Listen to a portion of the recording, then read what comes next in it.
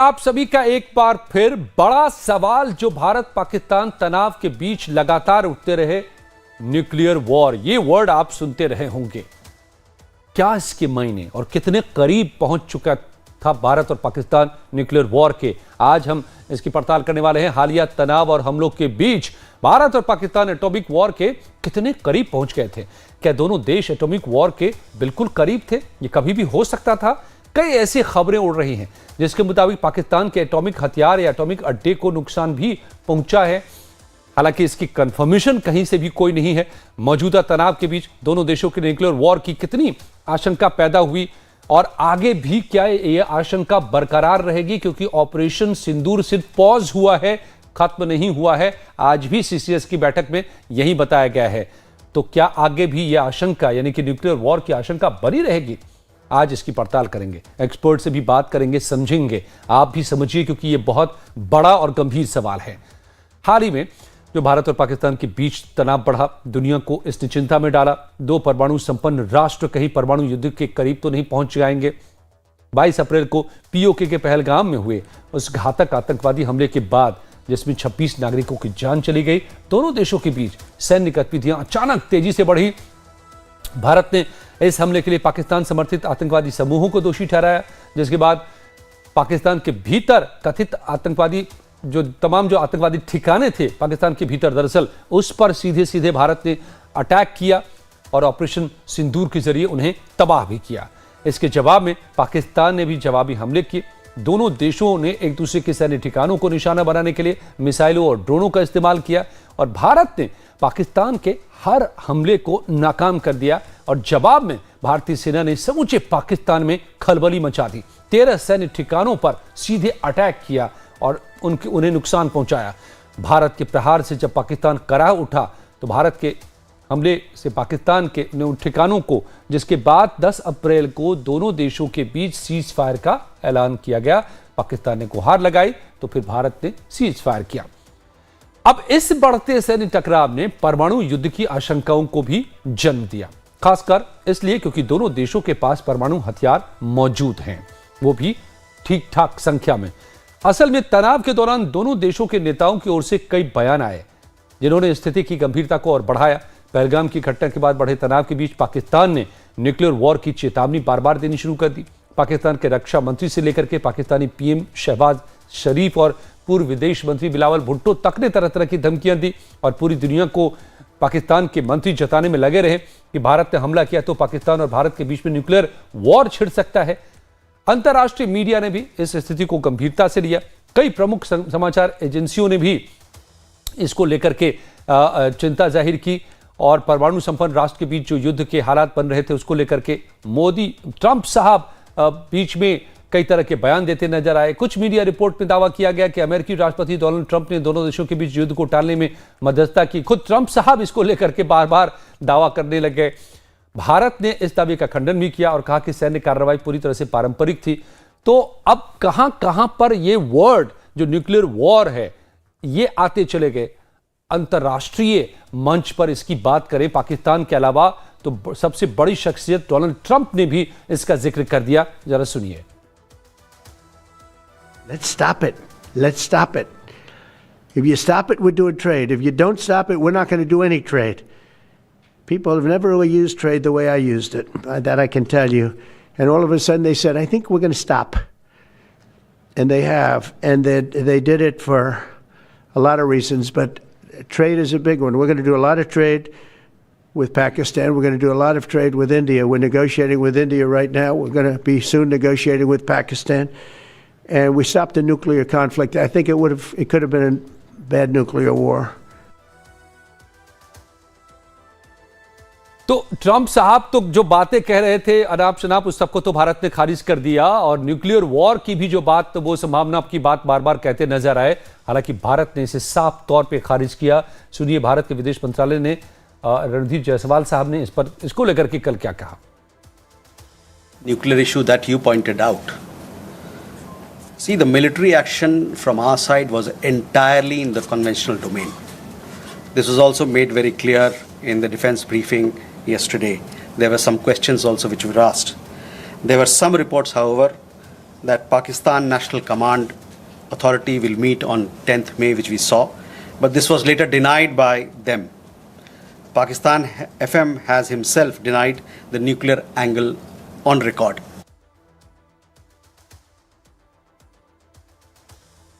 तो क्या ये न्यूक्लियर वॉर को लेकर के बातें बहुत सारी हैं, खबरें, अपुष्ट खबरें बहुत सारी हैं, हालांकि उसकी कोई पुष्टि नहीं हुई है कि अमेरिकी विमान ने उड़ान भरी, डिटेक्शन को टेस्ट करने के लिए न्यूक्लियर कहीं पर यह नुकसान तो नहीं पहुंचा है, रेडिएशन तो नहीं शुरू हो गया है। एक खबर ये भी उड़ती हुई आई कि इजिप्ट के भी प्लेन ने उड़ान भरी थी और वहां पर, तो ये तमाम बातें लेकिन अपुष्ट है। लेकिन इतनी चर्चा और इतनी बातें क्यों? क्या सच में न्यूक्लियर वॉर के हम करीब पहुंच गए थे? और इसका मतलब क्या होता है हम आगे बताएंगे आपको। लेकिन इस वक्त मेजर रिटायर्ड मोहन कुमार साहब, डिफेंस एक्सपर्ट, मेरे साथ जुड़े हुए हैं। मोहन जी, आपका फिर से एक बार स्वागत है। जो इस पूरे तनाव के दौरान एक बात बार बार पाकिस्तान ने बार बार गिरफ्तार की थी, पूरी दुनिया को बताने की कोशिश की भारत के हमले के डर से पहले कि देखिए न्यूक्लियर दोनों स्टेट्स हैं और न्यूक्लियर वॉर छिड़ सकता है, आके बचाइए, रोकिए। और इसके बाद ट्रंप साहब ने भी इसका जिक्र कर दिया और अंत में आकर के कल प्राइम मिनिस्टर ने कहा कि अब इस तरह की धमकियों से हम नहीं डरने वाले। सवाल यह है कि क्या वाकई दोनों कंट्री न्यूक्लियर वॉर के करीब तक पहुंच गए थे? तनाव का स्तर वो पहुंच गया था? देखिए अजय जी, जहां तक मेरा अपना मानना है, भारत का शुरू से हम लोग एक रिस्पॉन्सिबल कंट्री रहे हैं। और रिस्पॉन्सिबल कंट्री के अलावा हम कह सकते हैं कि हम लोग एक रिस्पॉन्सिबल न्यूक्लियर पावर रहे हैं। और जो हमने पाकिस्तानी जो हमारे ऊपर अटैक किया, आफ्टर जो हमने रिटेलिएट किया था पुलवामा ऑपरेशन सिंदूर में, पुलवामा अटैक के बाद, वो हमने एक ग्रेडेड रिस्पॉन्स दिया था। ग्रेडेड रिस्पॉन्स का मतलब ये था कि हम उतनी ही पावर यूज करेंगे जितने की हमें अपने लोगों को या अपने आवाम को या अपनी जनता को बचाने के लिए जिसकी जरूरत होगी। तो मैं नहीं समझता, मेरी पर्सनल स्टैंडिंग इतनी है, मेरे से बहुत सीनियर लोग हैं, शायद वो ज्यादा इसको बता पाएंगे। पर अजय जी, मैं जो समझता हूँ, जितनी भी थोड़ी बहुत मुझे नॉलेज है, because nuclear warfare is a different ball game all together. और पाकिस्तान आपने जो एक बात कही, मौके पर इस तरह की कोई हरकत नहीं करना चाहेगा कि वो न्यूक्लियर वॉर के नाम भी लेगा तो वो भी उसको मेरे ख्याल से दुनिया में अलग थलग कर देगा। अजय जी, अगर इसको इस तरह समझें कि दोनों जो है, इंडिया एंड पाकिस्तान, ये बहुत बड़ी इनके पास न्यूक्लियर पावर है। ये दो कंट्री हैं जिनके पास मेरे ख्याल 350 से भी ज्यादा, 300, मोर देन 350, 360 न्यूक्लियर वेपन्स हैं। एक नंबर मुझे मिल रहा था 272 इंडिया के पास, 270 पाकिस्तान के पास। मुझे नहीं पता कि ये कंफर्म नंबर है कि नहीं, लेकिन ये नंबर था। ब्रिगेडियर साहब भी जुड़ गए हैं, ब्रिगेडियर रिटायर्ड विनोद दत्ता साहब, रक्षा विशेषज्ञ। ब्रिगेडियर साहब, आपका बहुत बहुत स्वागत। आज हम युद्ध के जो भी भारत पाकिस्तान के बीच में जिस दौर से हम गुजर रहे हैं और पिछले दिनों गुजरे हैं, हम अलग अलग आयामों को समझने की कोशिश कर रहे हैं। और इस वक्त ये समझने की कोशिश कर रहे हैं कि क्या हम रियली जितनी बातें हुई इस दौरान न्यूक्लियर वॉर के करीब थे? दत्ता साहब, देखिए, पाकिस्तान हमेशा ये न्यूक्लियर जो ब्लैकमेल है इसका फायदा उठाता रहा है और हमेशा उसने भारत को ये धमकी दी है कि साहब, अगर भारत ने कोई हिमाकत की तो वो न्यूक्लियर वेपन का इस्तेमाल करे। लेकिन भारत ने बिल्कुल साफ और क्लियर कर दिया है कि भाई इस तरह की जो बंदर भपकी है उसको भारत मानने वाला नहीं है। और उन्हें इस बात का इल्म भी नहीं है कि साहब ये जो वेपन्स है, न्यूक्लियर वेपन्स, ये these are not weapons of war, ये हैं, दीज आर स्ट्रेटेजिक वेपन्स। और बहुत ही, आप ये देखिए, अगर न्यूक्लियर वेपन चलाना इतना आसान होता तो रशिया ने कितनी बार धमकी दी और रशिया कब तक इसको चला सकता था। व्लादिमीर पुतिन आप देखिए किस अग्रेसिव किस्म के नेता हैं, खुद फौज में कमांडो रहे हैं। तो इन सब चीजों को देखते हुए भारत ने इस जो ब्लैकमेल था इसका बिल्कुल जो उनका सपना था उसको चकनाचूर कर दिया। जिस तरह से भारत ने रिटेलिएट किया, एक रिस्पॉन्सिव स्टेट की तरह, एक कैलिब्रेटेड मैनर में और एक बिल्कुल प्रोपोर्शनेट मैनर में जिस तरह से भारत ने हमला किया है, उससे पाकिस्तान के बिल्कुल जो कहते हैं ना कि हवाइयां उड़ गई। और भारत पाकिस्तान को ये नहीं है कि साहब अगर वो कोई टेक्निकल या ऑपरेशनल लेवल पे कोई न्यूक्लियर वॉरहेड का इस्तेमाल करते हैं तो क्या भारत चुप बैठेगा, क्या विश्व समुदाय चुप बैठेगा? देखिए पाकिस्तान जो खुद बैसाखियों पे है, कटोरे पे काम चल रहा है, कभी यहाँ से भीख मांग रहा है, कभी वहां से भीख मांग रहा है, तो क्या आप मतलब वो देश ये अफोर्ड कर सकता है कि साहब मैं न्यूक्लियर होलोकास्ट ला सकता हूँ एशिया? पर दिक्कत ये है दत्ता साहब कि पाकिस्तान एक ऐसा बनाना रिपब्लिक है, ऐसा रोग स्टेट है, उसको स्टेट हम कहें भी या आप जिस तरह का पाकिस्तान है उसके ऊपर ना उसकी पॉलिसी क्लियर है। भारत की तो पॉलिसी है नो फर्स्ट यूज की, पाकिस्तान की कोई पॉलिसी है नहीं। पाकिस्तान जो कमजोर है जब वो मार खाएगा पिटने लगेगा, जो कि पीटा, भारत ने बहुत अच्छे से पीटा उसको, इसमें 2 ही रात में बता दिया उसको। तो क्या कैन वी रिलाई पाकिस्तान? देखिए पाकिस्तान पे तो बिल्कुल भरोसा कर ही नहीं सकते आप, क्योंकि जैसा आपने खुद कहा कि साहब वहां ना कोई नीति है ना कोई नीयत है। दूसरा वहां जितने भी पॉलिटिकल डिसीजन है, देखिए वहां एक 2 तरह की पैरेलल गवर्नमेंट चलती है, एक तो डी फैक्टो और दूसरी D jure. De facto Pakistan सेना जो सेनाध्यक्ष होता है वो चलाता है, और डी जूरे जो है ये वो जो हुक्म देते हैं उनको ये अमल करते हैं।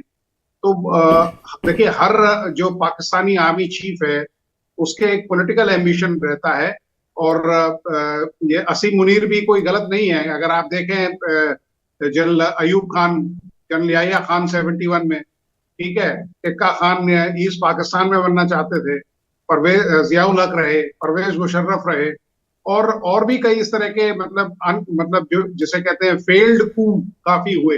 तो वो भी मतलब अपनी जगह ठीक है, लेकिन समहाउ उनकी जो कैलकुलेशन थी, जो सूरत हाल थी, जो सियासी इंपरेटिव से वो उनके फेवर में नहीं थे, और इसीलिए पाकिस्तान को मुंह की खानी पड़ी।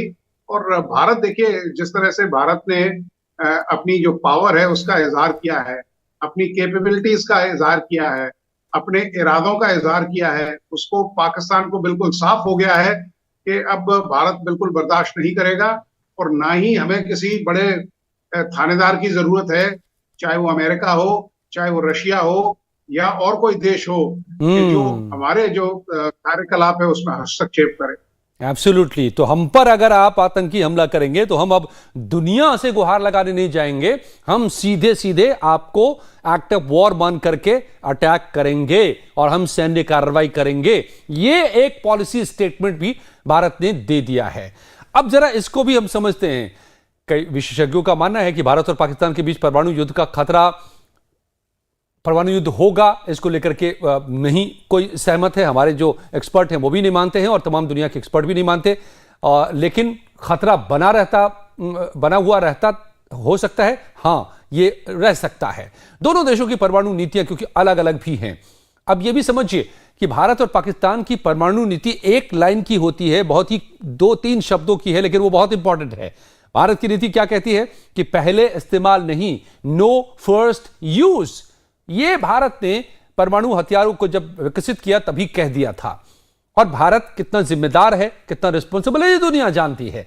लेकिन पाकिस्तान की वही कहानी है, पहले इस्तेमाल नहीं की नीति कोई स्पष्ट ही नहीं है। क्या नीति है एटॉमिक वेपन को लेकर के, कोई उस पर साफ नहीं है। न्यूक्लियर वॉर पर पाकिस्तान के रुख में पूरी तरह से अनिश्चितता है। हालांकि कई विश्लेषकों का यह भी मानना है कि दोनों देश परमाणु युद्ध से बचने के लिए हर संभव लगातार कोशिश करेंगे, क्योंकि इसके नतीजे दोनों देशों के लिए विनाशकारी होंगे, ये दोनों को पता है। स्टैनफोर्ड विश्वविद्यालय के हूवर इंस्टीट्यूशन के एक वरिष्ठ फेलो सुमित गांगुली कहते हैं कि न तो भारत और न ही पाकिस्तान हिरोशिमा के बाद के परमाणु निषेध का कोई भी उल्लंघन करना चाहेगा, क्योंकि इसके नतीजे सबको पता हैं। वजह भी साफ है कि परमाणु बम विस्फोट के दौरान कुछ ही क्षणों में जो तबाही आती है, इतनी भयंकर गर्मी पैदा होती है, सूर्य के केंद्र जितनी, यानी कि 10 लाख डिग्री सेल्सियस तक, और इसके जो झटके होते हैं, लहरें होते हैं, उसमें सब कुछ तबाह हो जाता है। जो आप तस्वीरें देख रहे हैं, दुनिया ने एक ही बार देखा है, 2 बार हिरोशिमा और नागासाकी पर, लेकिन उसके बाद दुनिया देखना नहीं चाहेगी। घातक विकिरण यानी कि रेडिएशन इससे फैलता है, लोग गंभीर रूप से बीमार होते हैं। विस्फोट के बाद पूरे एनवायरमेंट में रेडियोधर्मी तत्व फैल जाते हैं, रेडिएशन शुरू हो जाता है। हफ्तों, महीनों, सालों तक ये जमीन और हवा को जहरीला बना सकते हैं। कैंसर, हेरिडिटी डिजीज, अनुवांशिक रोग और पर्यावरण की तबाही होती है। इसे भी दुनिया ने देखा है। अमेरिका ने जापान के हिरोशिमा पर जब 6 अगस्त 1945 और नागासाकी पर 9 अगस्त 1945 को परमाणु बम गिराए थे, तो हिरोशिमा में करीब 70,000 से 80,000 लोग तुरंत मारे गए थे और ये संख्या बढ़ करके साल के आखिर तक 1,40,000 तक पहुंच गया और इसके बाद के सालों में भी बहुत सारी मौतें होती रही। नागासाकी में भी यही हुआ, करीब 40,000 लोग तुरंत मारे गए। साल के आखिर तक यह आंकड़ा 74,000 तक पहुंच गया। लाखों लोग घायल हुए और दीर्घकालिक बीमारियों के भी शिकार बने। तो परमाणु हमले के दुष्परिणाम आखिर इतने क्यों होते हैं? असल में हिरोशिमा नागासाकी में परमाणु हमले में न केवल लोग बल्कि बेमौत मारे गए, बल्कि लोग कैंसर से, ल्यूकीमिया से जैसी बीमारियों से पीड़ित हो गए। गर्भवती महिलाओं के बच्चों में जन्म दोष हो गया, बर्थ डिफेक्ट और मानसिक विकलांगता देखी गई। इसके अलावा शहर पूरी तरह से तबाह हो गए, पेड़ पौधे, जीव जंतु, पूरी इकोलॉजी नष्ट हो गई। रेडियोधर्मी जो रेडिएशंस थे वो जमीन को काफी समय तक उसको जहरीला बना दिया। इन बम धमाकों ने दुनिया को पहली बार परमाणु हथियारों की भयावहता को साफ तौर पे दिखा दिया। लेकिन देखिए पाकिस्तान को, फिर भी इतनी चीजें हम देख चुके हैं, मानवता देख चुकी है, लेकिन पाकिस्तान जैसे ही तनाव बढ़ा, आतंकी हमला पहले पाकिस्तान करता है, भारत सख्त तेवर अपनाता है, तो पाकिस्तान न्यूक्लियर वॉर की धमकी देने लग जाता है। और आखिरकार इसका जवाब दिया है पीएम मोदी ने। कहा है भारतीय प्रधानमंत्री ने साफ शब्दों में कि अब भारत परमाणु ब्लैकमेल को बर्दाश्त नहीं करने वाला। पाकिस्तान के खिलाफ कार्रवाई केवल स्थगित की गई है, भविष्य में उनके व्यवहार पर यह निर्भर करेगी कि आगे भारत क्या करता है। और यह भी कह दिया है कि भारत आतंकवाद के प्रायोजकों और आतंकवाद के मास्टरमाइंडों के बीच में अब कोई फर्क नहीं करेगा और उनके ठिकानों पर जब जरूरत पड़ेगी सीधा घुसकर मारेगा। कोई भी न्यूक्लियर ब्लैकमेल भारत नहीं सहेगा। न्यूक्लियर ब्लैकमेल की आड़ में पनप रहे आतंकी ठिकानों पर भारत सटीक और निर्णायक प्रहार करेगा। हम आतंक की सरपरस्त सरकार और आतंक के आकाओं को अलग अलग नहीं देखेंगे। ब्रिगेडियर रिटायर्ड विनोद दत्ता रक्षा विशेषज्ञ मेरे साथ जुड़े हुए हैं और मेजर रिटायर्ड मोहन कुमार साहब रक्षा विशेषज्ञ जुड़े हुए हैं। मोहन कुमार जी, पाकिस्तान, मान लीजिए पाकिस्तान ये युद्ध कुछ दिनों तक खिंच जाता, 2 रात में ही हमने दिखा दिया कि पाकिस्तान के 13 सैन्य अड्डों पर हमने अटैक कर दिया, उनको डिस्ट्रॉय किया है। अब तो फोटो भी आ गए सैटेलाइट के, साफ साफ पाकिस्तान का झूठ भी अब बेनकाब हो चुका है। अगर ये सिलसिला जारी रहता तो कुछ दिनों के बाद पाकिस्तान क्या करता, क्या कर सकता था? देखिए, पाकिस्तान को अजय जी हमें इस तरह समझना होगा। पाकिस्तान 65 में क्या था, पाकिस्तान 71 में क्या था। आफ्टर इंडिपेंडेंस पाकिस्तान के अंदर एक जुनून था, वो चाहते थे कि भारत से अच्छी इकोनॉमी बने। वो एक जुनून था, वो चाहते थे कि हम भारत से ज्यादा प्रोग्रेसिव बने। 65 वॉर में हारने के बाद फिर उन्होंने एक एफर्ट डाला था, वो था 71 वॉर, जो शायद पाकिस्तानी एक्सपेक्ट भी नहीं करते थे, पर वो 71 वॉर उनके लिए जो है वो एक कॉफिन एंड नेल बन गया था। Why I am saying so, जो आपने पहले भी कहा कि पाकिस्तान, हमें ये सोचना होगा कि वेदर और not Pakistan is behaving like a state. वो पाकिस्तान एक देश है भी या नहीं, ये तो सोच लीजिए पहले। 65, 71 के आसपास के अगर पाकिस्तान को हम देखते हैं तो तकरीबन 15 to 20% वो हमारी इकोनॉमी से बेहतर कर रहे थे। हमारा जो जीडीपी वगैरह जो हमसे था वो 15-20% हमसे ज्यादा था। लेकिन उसके बाद पाकिस्तान का पॉलिसी शिफ्ट होता है। 71 में हारने के बाद उनकी जो ट्रुप्स हैं, जो उनकी फौजें हैं, उसका मोराल इतना डाउन हो जाता है। मतलब you can well imagine Ajay ji कि अगर 1 लाख आदमी आपके पास आता है, जिसने पाकिस्तान फौज का जो 1 लाख जवान जिसने सरेंडर किया हो, प्रिजनर ऑफ वॉर रह के आया हो, टाइप ऑफ ह्यूमिलेशन वो लोग जो फेस करते थे, उस तरह पाकिस्तान इतना सबड्यू हो गया, इतना उसका मोराल इतने जूतों में चला गया कि उसने शुरू किया कि इंडिया के खिलाफ अगर मुझे लड़ना है तो कोई डायरेक्ट या कन्वेंशनल वॉर नहीं करना होगा, मुझे छद्म युद्ध से ही काम चलाना पड़ेगा। और उस छद्म युद्ध की ही नीति की वजह से they started supporting terrorist. Right. अभी टेररिस्ट को जो सपोर्ट किया, ठीक है, वो उनकी एक पॉलिसी थी, अभी जब आप इस तरह के एक सांप को जब पालते हैं अपने पास, जी। तो सांप का खतरा उसको डसने का भी रहता था। 1 मिनट में अजय जी मैं सम अप करूंगा, क्योंकि आपको भी मुझे भी पता है आपका टाइम हमेशा प्रीमियम होता है, पर आपने क्वेश्चन ही ऐसा उठाया। अभी ये पाकिस्तान का जो इस वक्त का जो वो है कि उन्होंने जुनून तो शुरू कर दिया कि टेररिज्म के थ्रू इंडिया को ब्लीड इंडिया पॉलिसी उन्होंने जो बनाया। अभी क्या हुआ कि वो इतना टेररिज्म इतना बढ़ गया है कि वो नासूर बन के पाकिस्तान के गले में चुभ रहा है। बदकिस्मती से आज की पाकिस्तानी स्टेट, आज की पाकिस्तानी हुकूमत के पास ये कैपेबिलिटी नहीं है कि वो न्यूक्स को यूज कर सके। वो कैपेबिलिटी उन्होंने अपने आतंकी आकाओं को दे दी है। ये बहुत बड़ा मुझे डर का इश्यू लग रहा है, जो मेरे ख्याल से पूरी दुनिया को इस बात का एहतराम करना चाहिए कि आज अगर पाकिस्तान को कंट्रोल नहीं किया गया तो ये न्यूक्लियर वेपन जो है हाफिज सईद के पास होंगे कल। और ये उनके जी यही सबसे बड़ा खतरा भी है, और ये तो पाकिस्तान ने भी कहना शुरू कर दिया था अभी इस दौरान। ये भी खबरें आई थी कि अगर आप हमें मार देंगे तो फिर तो ये हमारे न्यूक्लियर वेपन जो है इनके हाथ में चले जाएंगे। लेकिन विनोद दत्ता साहब, हकीकत तो ये है कि पाकिस्तानी आर्मी का ही एक चेहरा मुल्ला मुनीर है और दूसरा चेहरा हाफिज सईद है, और दोनों की जड़ें जो है अंदर भीतर, जो खून दोनों के भीतर बह रहा है वो एक ही है। और पाकिस्तान की सेना के प्रवक्ता ने माना है कि हम इस्लाम की शिक्षा, हम इस्लामिक आर्मी हैं, हमारे ट्रेनिंग का ये पार्ट है। तो you can't distinguish Hafiz Saeed and Asim Munir, और उनके बीच में कई एटॉमिक वेपन पड़े हुए हैं वहां पर। देखिए, आपने बड़ा अच्छा सवाल रेज किया है। जिस तरह से हम आईईडीज की बात करते हैं, इम्प्रोवाइज्ड एक्सप्लोसिव डिवाइसेस, ऐसे ही दुनिया में चर्चा है आईएनडीज की, इम्प्रोवाइज्ड न्यूक्लियर डिवाइसेस। और जहां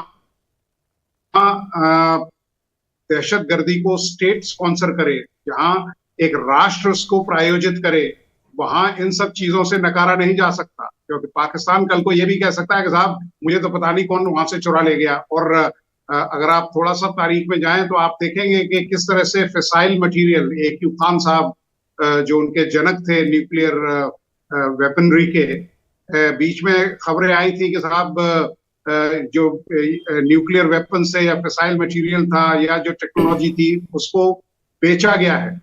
तो इन सब चीजों को ध्यान में रखते हुए पाकिस्तान में कुछ भी मुमकिन है। लेकिन हाँ, जिस तरह से सेना, क्योंकि वहां 2 तरह के दहशतगर्द हैं, एक तो वर्दी वाले दहशतगर्द और दूसरे बिना वर्दी वाले। ठीक है, तो दोनों का जो तालमेल है, देखिए परवेज मुशर्रफ का वो वीडियो यूट्यूब पे है जो एक साक्ष्य बनता है कि साहब जिहादी तो हमारे स्ट्रेटेजिक वेपन है, हम उनको पालते हैं, हम उनको सलाम करते हैं। आपने अभी देखा कि जिस तरह से मरकज सुभान अल्लाह में स्ट्राइक किया GOC4 को, जो लाहौर के, वो वहां उनको श्रद्धांजलि देने पहुंचे हुए हैं। पाकिस्तानी फ्लैग में आखिरी विदाई दी गई। जी, मरियम नवाज जो सूबा पंजाब की वजीर आला CM हैं, राइट, वो वहां जाके अपनी श्रद्धांजलि दे रही हैं उनको। तो ये क्या मतलब है? पूरे दुनिया को और क्या सबूत चाहिए? देखिए, सबसे बड़ी शिकायत मुझे उन इदारों से है, जैसे UNO है, इसको इमीडिएटली बंद करना चाहिए।